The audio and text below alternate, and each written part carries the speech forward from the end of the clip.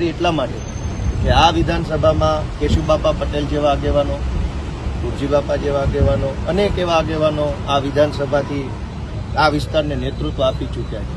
આવા ધુરંધર આગેવાનોની ધરતી ઉપર મારી જેવા એક નાના એવા ખેડૂતના છોકરાને તક આપવામાં આવે એ બહુ મોટી ભાગ્યની વાત છે.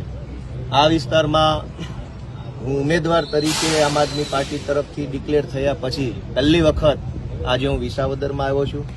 વિશેષમાં એટલું કહેવાનું છે કે જે રીતે ગુજરાતમાં આખા ગુજરાતની અંદરથી વિસાવદર, ભેસાણ અને જૂનાગઢ ગ્રામ્યની જનતાએ હંમેશા ઇતિહાસ સર્જવાનો ઇતિહાસ સર્જ્યો છે કે અહીંયા ઇતિહાસ જ હોય હંમેશા.